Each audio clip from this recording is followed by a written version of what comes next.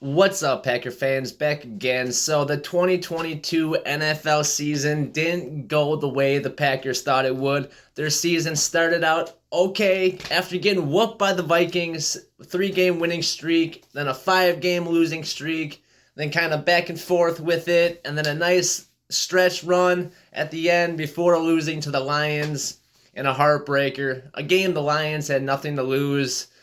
Packers had everything to lose. They had to win, and they kind of fell back into some old habits, dropping balls, fumbles, things like that, and they lost. And so the Packers now have to reflect on the 8-9 season that was 2022 after going into it with Super Bowl aspirations after 3 13-win seasons in a row.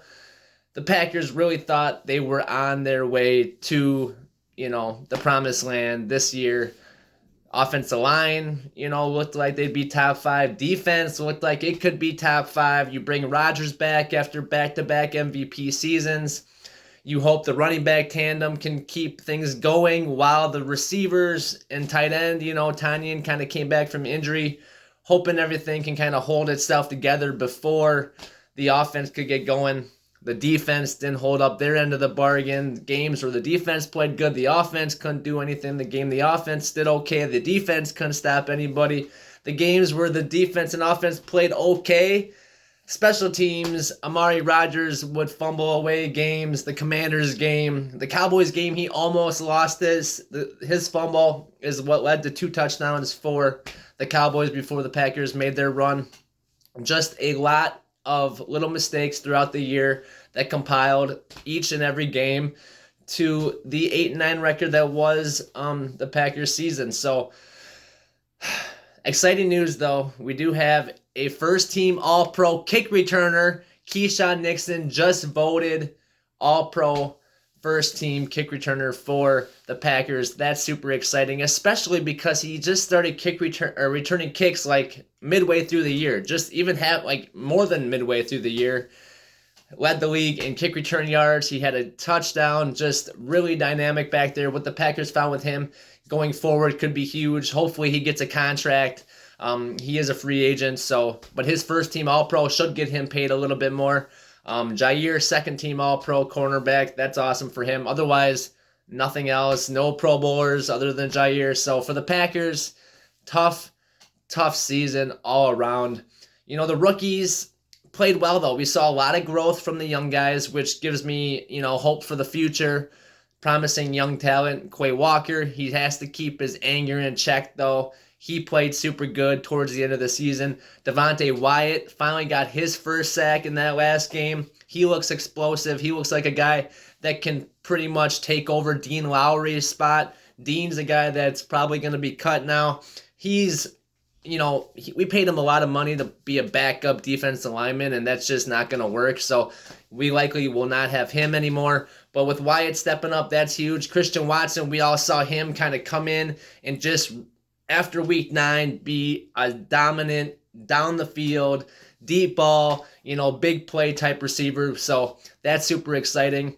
And then, Zach Tom, he played 4th-round pick. He played all over the offensive line. That's a huge, versatile piece for the Packers.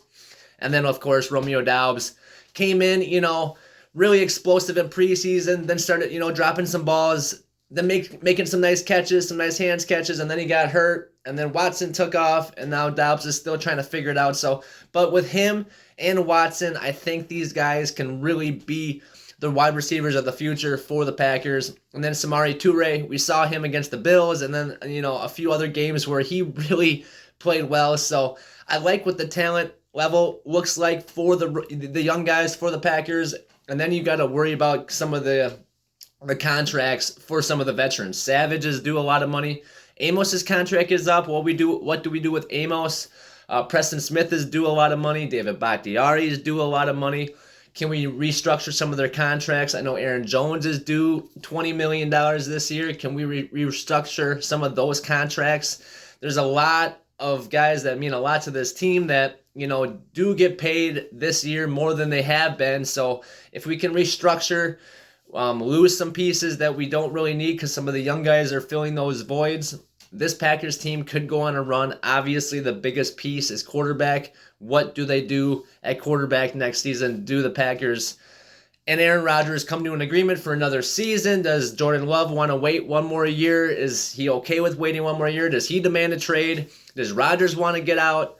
I think Rodgers is super optimistic about this young talent. I think that there's, if there wasn't such a leap for these young guys this year, I think he would have, if the season went the way it went without any of that, look at the success of the some of these rookies, I think he would have been retired. But because of the leaps that Dobbs and Watson have made, I think Rodgers wants to come back. They can add another piece or two, maybe trade for a receiver or sign somebody. Not really sure what route they'll go. But the Packers do, with the defense kind of figuring it out later in the season. They still only gave up 20 points to the Lions, who had been scoring, 30-plus points per game. And otherwise, against, everybody else besides the Packers. The first game, they only scored, 15, and then the second game, 20. So Packers should have won both of those games. And that's what it comes down to. They lost a lot of games this season that they don't normally lose.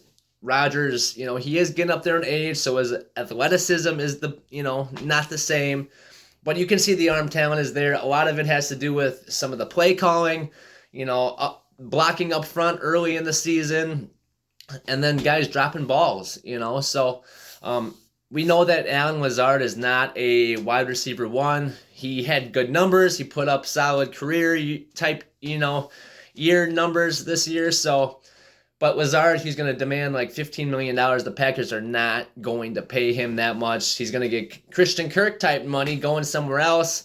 Who knows where he'll land, but I'm sure he'll get paid to go somewhere else. Packers, though, they found their young guys. They've got 3 rookies this year. There'll be second-year players next year.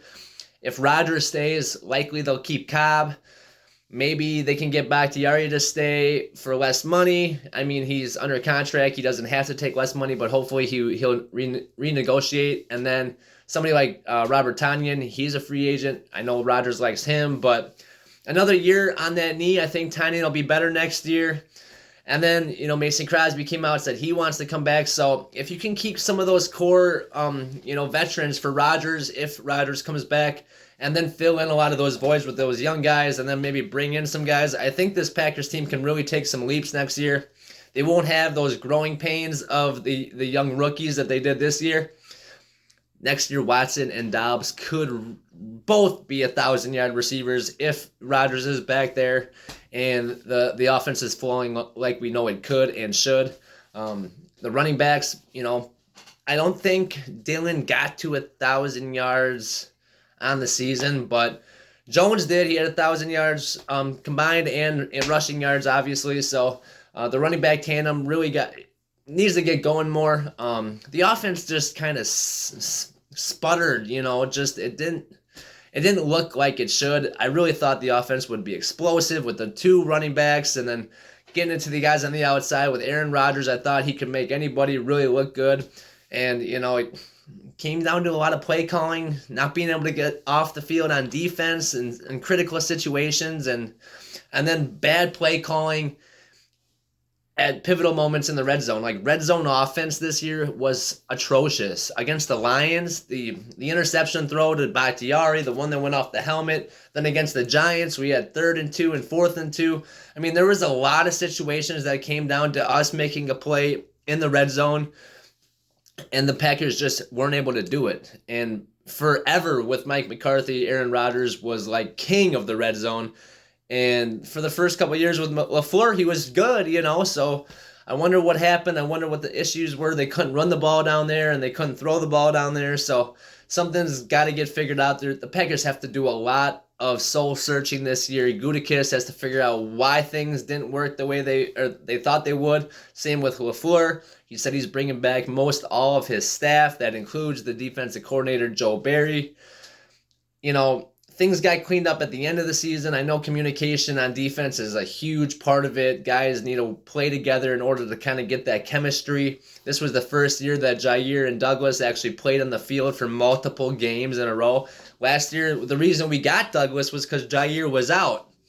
so they didn't really play a lot. So next year, maybe keep Rudy Ford. I know he's a free agent as well. They'll have to sign him. Maybe Savage will take less money for a different kind of role.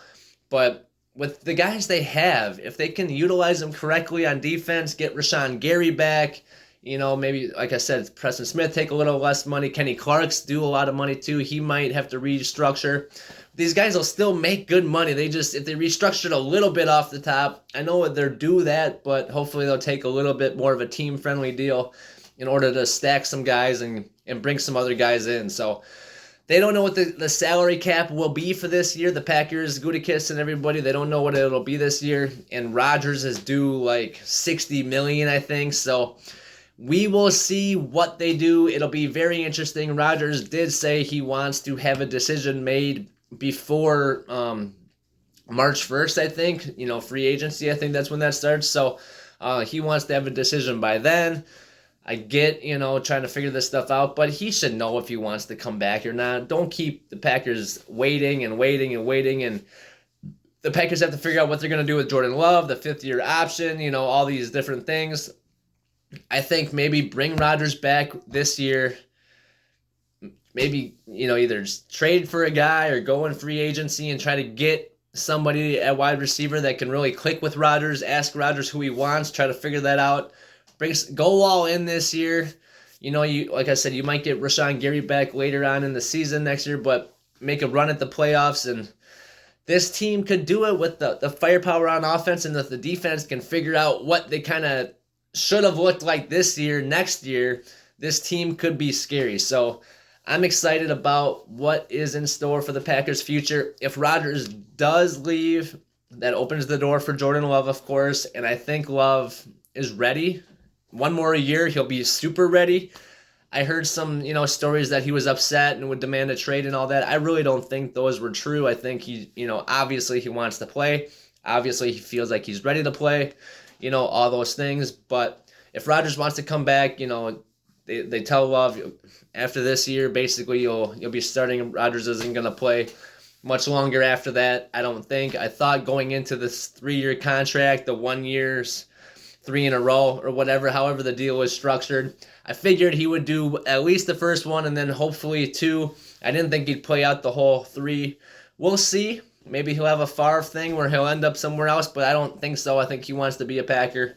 But with Rodgers, people say like Rodgers or Love. I still think with Rodgers we have the best chance to win if play calling and the other guys around him are stepping up and playing to their, potential. So we'll see what happens. Matt LaFleur has a lot of work to do this offseason. It'll be interesting to see how this Packers team is structured and the players that they do bring in and see what kind of players they do let go. Again, congratulations to Keisean Nixon, first team All-Pro kick returner for the Packers. Super exciting. Hopefully next year we have a few more All-Pros on there. Devondre Campbell last year was an All-Pro. I guess Devontae and Rodgers were. So just to have Jaire be a second team and then have Keisean kind of just flash all of a sudden to be first team is pretty amazing. So go Pack, go. Thank you guys for watching. Don't forget to like this video and subscribe to the channel. See you guys next time. Go Packers. Peace out.